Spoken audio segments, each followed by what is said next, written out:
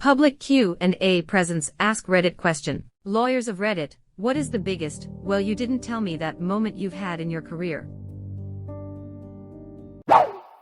Recently had a client's fact witness, an employee of the client, reveal, at his deposition, that he had signed an agreement which pays him a substantial bonus if the client wins the lawsuit. Our jaws dropped. How can you possibly give believable factual testimony at trial if you stand to earn a windfall if one side prevails? Ugh. Is this legal? Promising a witness money if they help you win a case does not seem legal. Like, at all. As a general rule, it's massively illegal. Oops. I said the quiet part loud and the loud part quiet. Let's just say it moved me to a bigger house. Maybe it was a more general performance agreement, like you get X money if company doesn't go over Y expenses this quarter.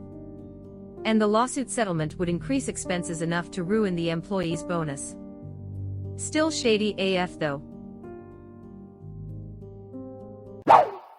My wife's most recent guy said his company fired him on a racial issue. Turned out the employer had an overtly racist, anti-Asian culture.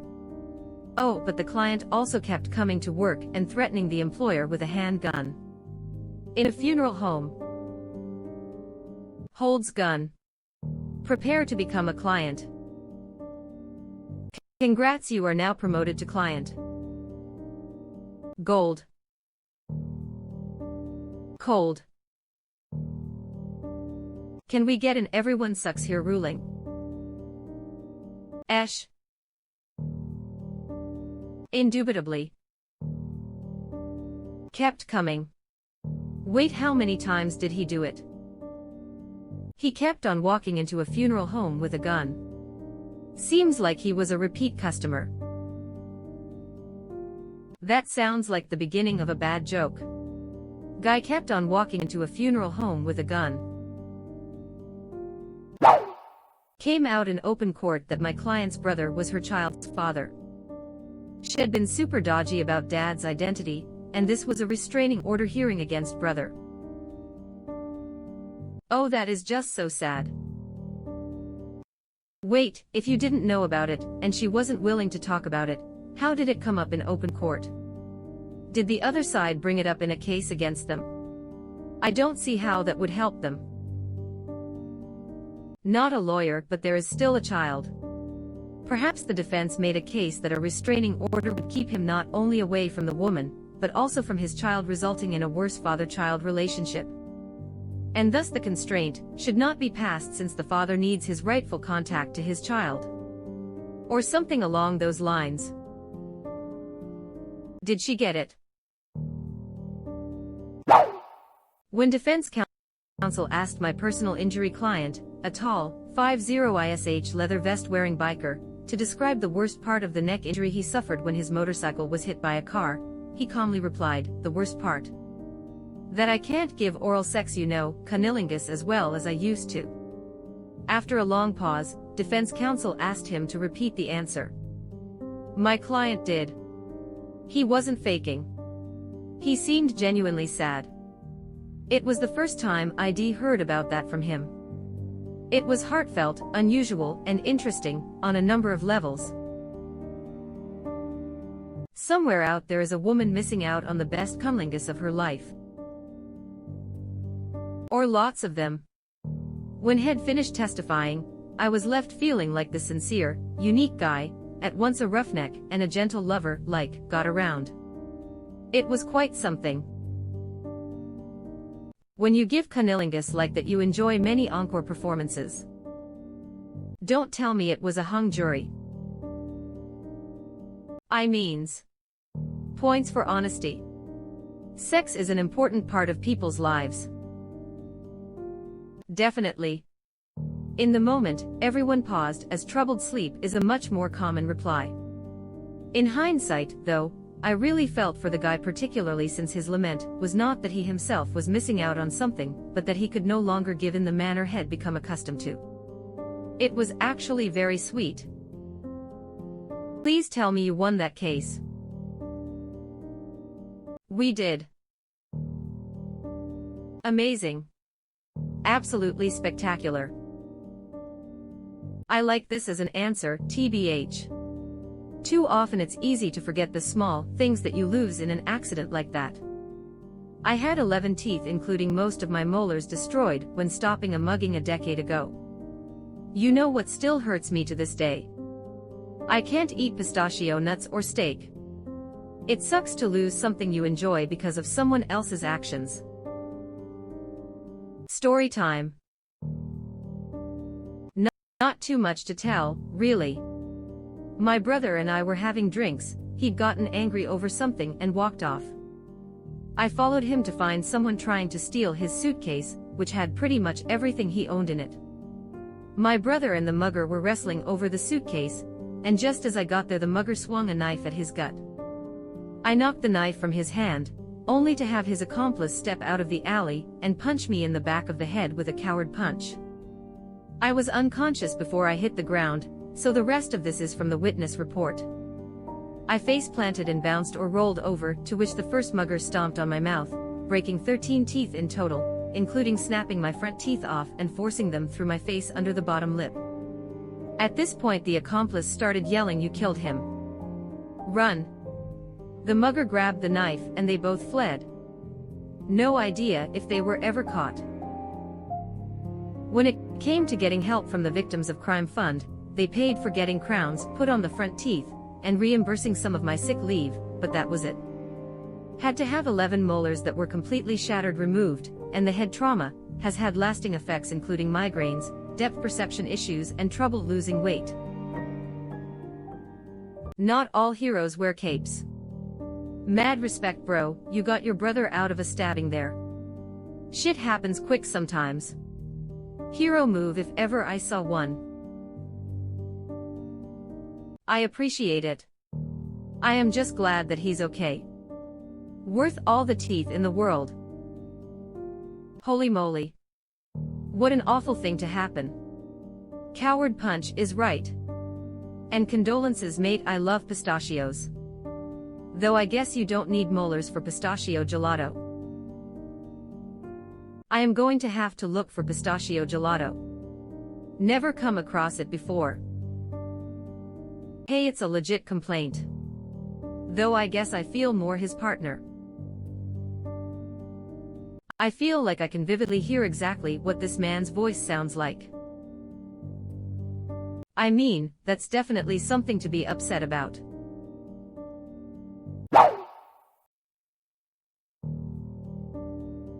I represented a client who was suing for jaw and mouth-related injuries.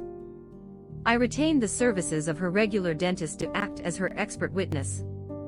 2 days before our impending trial, my client casually mentions that she will be arriving at the courthouse with her dentist because they had become romantically involved and lived together for the past a year. She had more than a year at her disposal to tell me this little bit of wonderful news. And so I immediately became more agreeable to a last-minute pre-trial settlement. You mean like spouses can't be a witness or something like that? Expert witnesses are supposed to have the appearance of impartiality. School-lumping the patient makes that hard to believe. First time I heard the word schlump, going to use it from now on. Welcome to the wonderful world of Yiddish. It's the gift that keeps on giving. Like a grandma that thinks you're too skinny and keeps giving you chocolate caramel walnut babka without you asking. Go watch Blazing Saddles. There's a lady of questionable morals named Lily Von Schupp. It's two. Or Clue. Both with the same actress. OMG, Blazing Saddles was one of my favorite movies as a teenager, and I never made that connection. Of course, Schupp isn't a common word, but still. Of course. In the insurance industry, a usable witness is someone who does not know you, and is not related or work or meet at any frequency with you. Biases cannot exist, otherwise it's worthless statement. It's a conflict of interest and calls into question the veracity of anything the witness would testify to. I assume that there are rules about expert witnesses and conflicts of interest. I could have used him as an expert and maybe even gotten away with it. But his credibility would have been shot if the judge or opposing counsel found out. I had one client that failed to tell me about a DUI. His third or fourth. I found out when he was on the stand. It was uncomfortable to say the least. The one time I was involved with a lawyer, the company I worked for was suing another, and I got deposed. My company's lawyer seemed not to want some information I had in advance, which of course the other side asked about in the deposition, and I told them. Is that a common situation? I am not a lawyer at all despite my username, but I feel like my company's guy was trying to give room for me to perjure myself. Like, if I hadn't told him something, I might not tell the other side when they specifically ask about it. Yes, it can be a common situation. Basically, lawyers legally cannot lie. If we know a fact to be true, we can't state otherwise. So, of course, the loophole is for us not to know. Suspecting is not knowing. LOL, I respect that. Choosing to not to know over lying.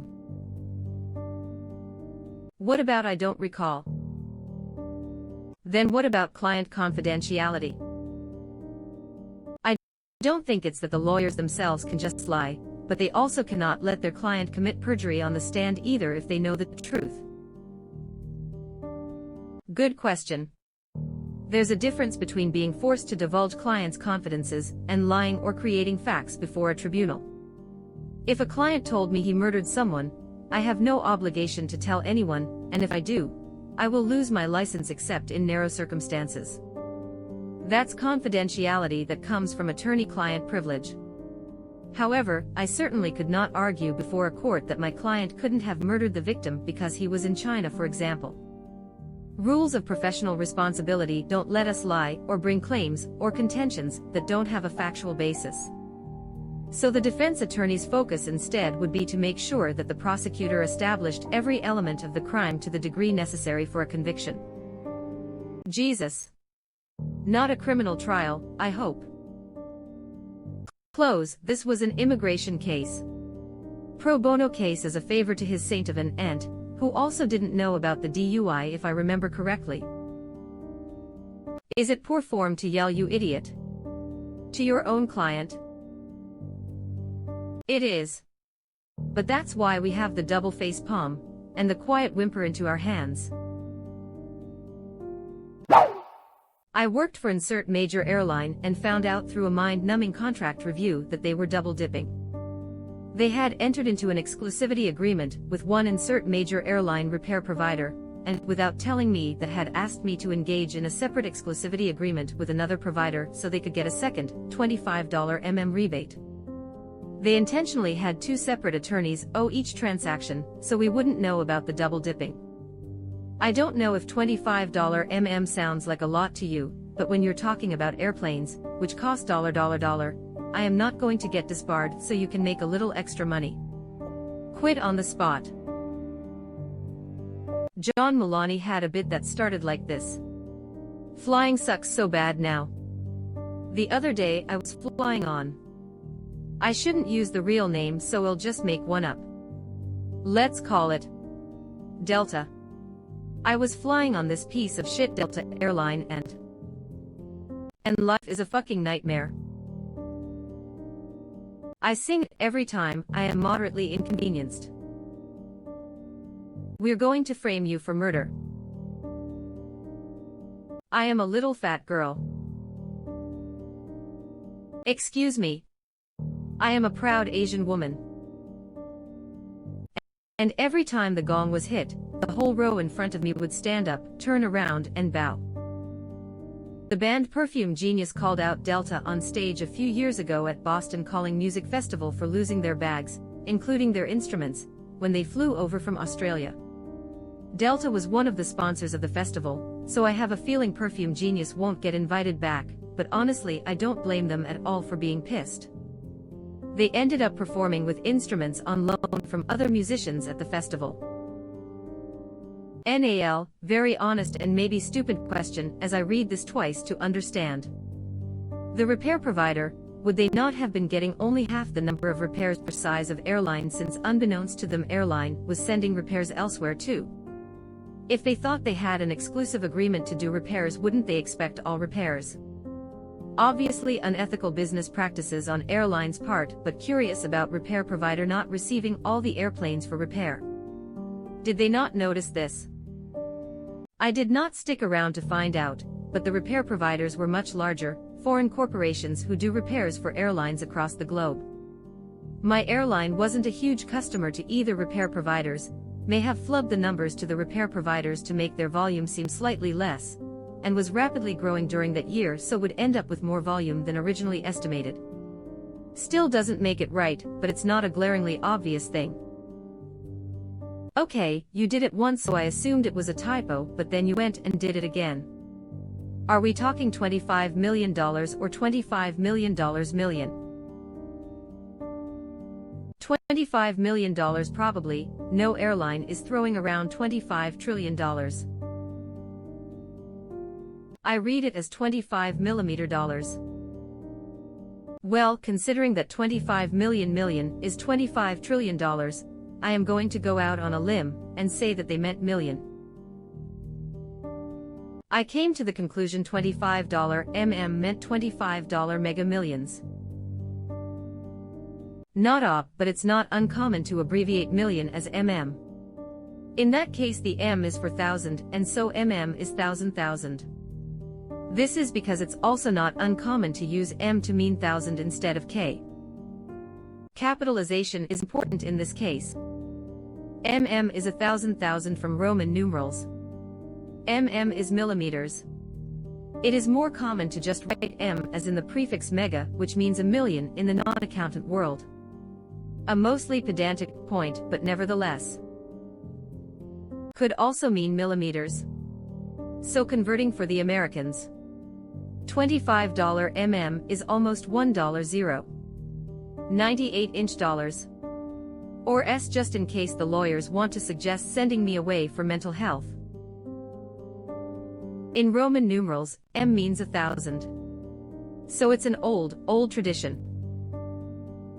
Thanks, that makes sense, and I never put the two together. Wasn't expecting a comment as it was a joke, less expecting such a helpful comment at all. Edit. I had to re-read your username user, I throw socks at cat. Oh, that's not good. Don't throw rocks.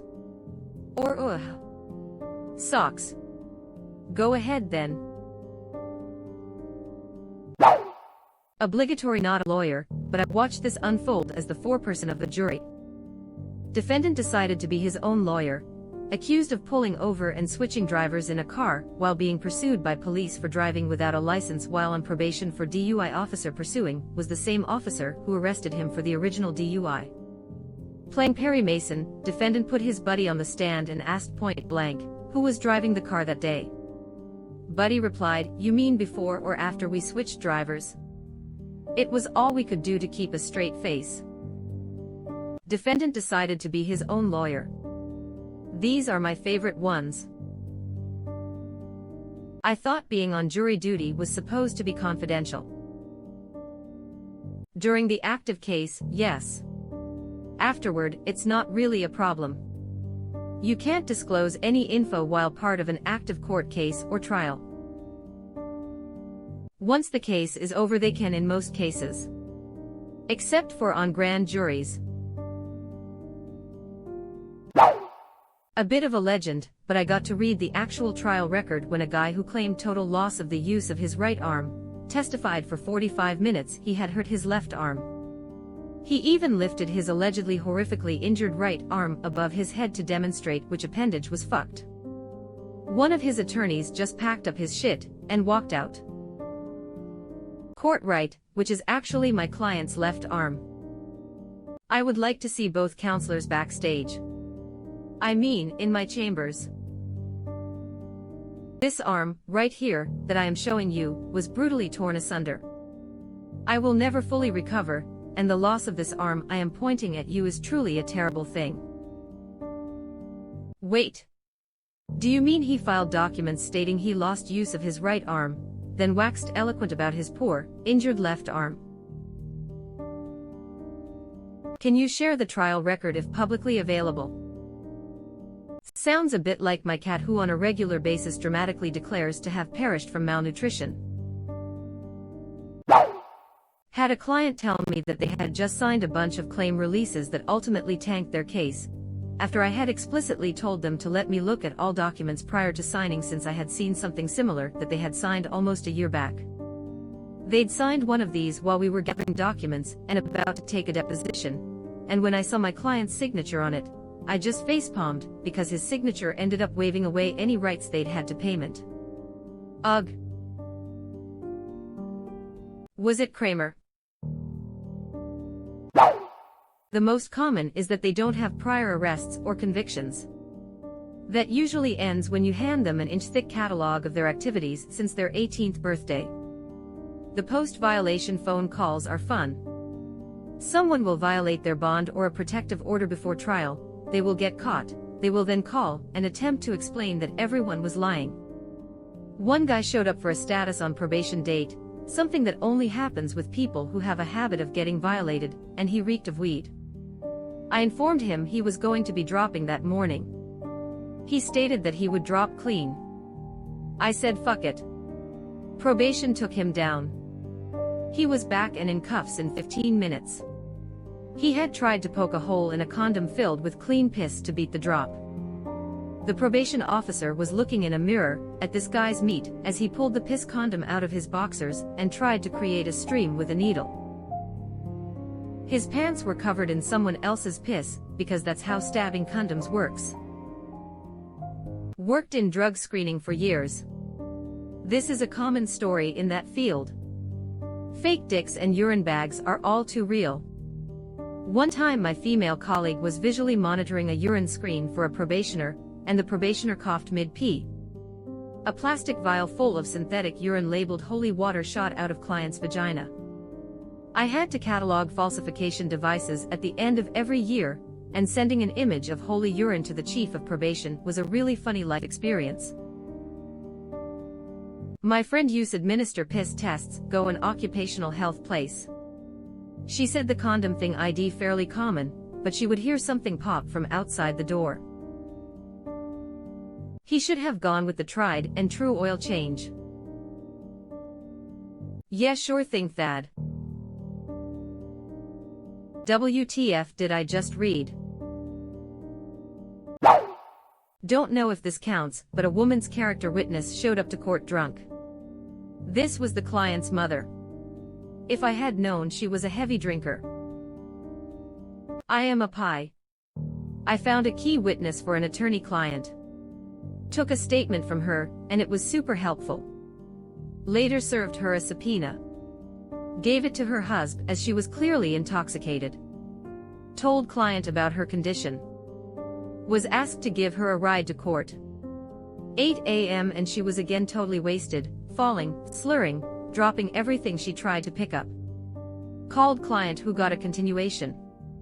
Night before rescheduled hearing, I was sent out to check on her or stress importance of her sobriety the following day.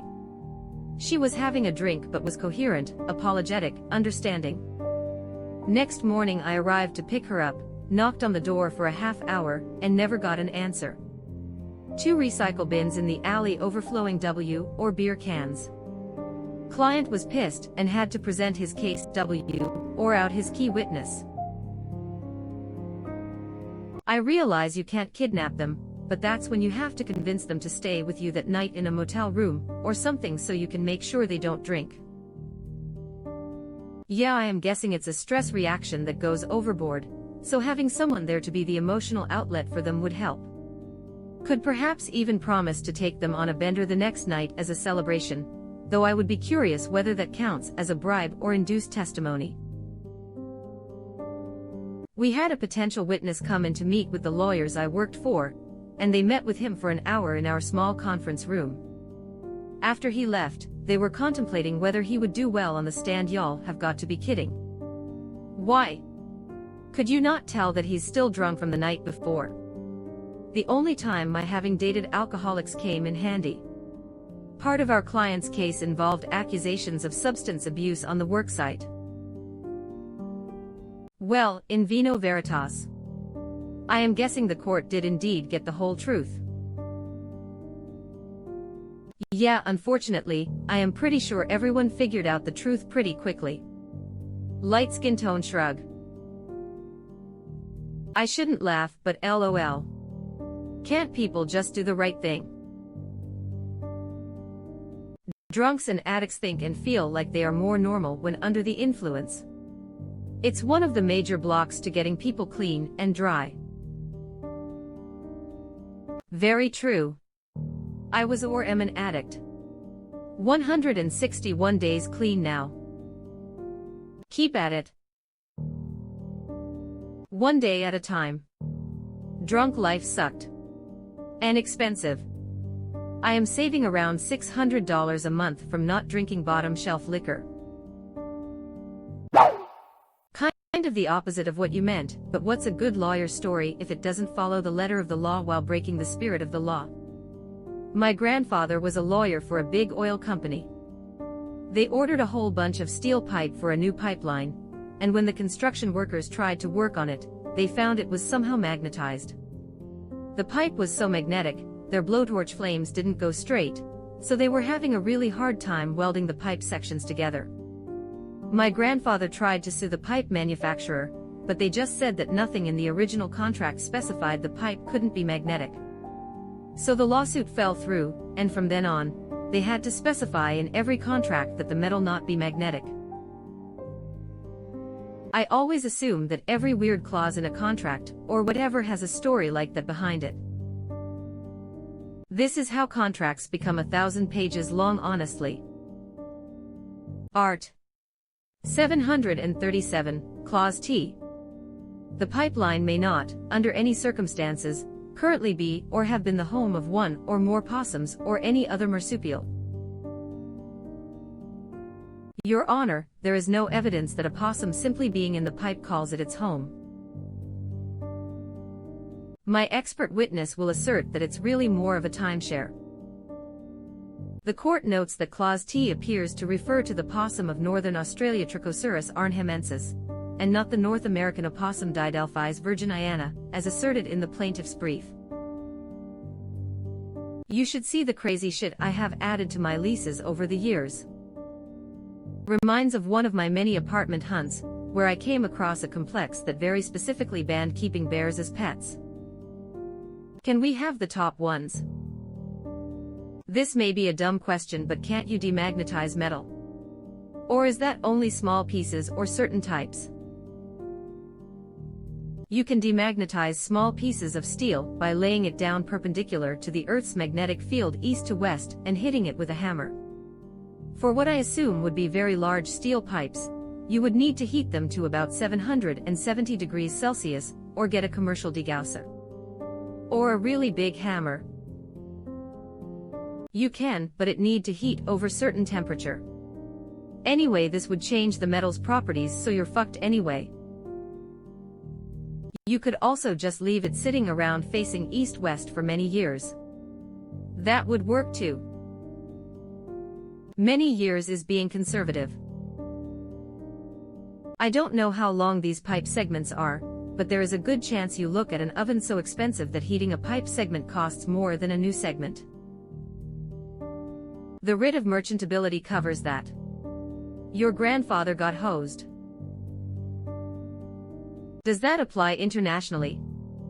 This was an American company buying steel from another country to be used in some third country. How the hell does that much steel become magnetized? Migenant. Perniat. Pregonanant. In criminal law, most of the time the story I got from my client and the story I got from the police reports were vastly different. For example, I had a client charged with armed robbery. His story was that he needed money and the guy was going to give him some money but never did, and it was all totally innocent. The other guy said he took $500 at gunpoint. The police reports revealed that he was arrested a couple hours after the alleged incident and had $360 in cash on him. He didn't understand how that detail was relevant. Well, the guy wouldn't give him the money, it took the gun to convince him. The fact that he only had $360 proves the other guy is a liar as well, right?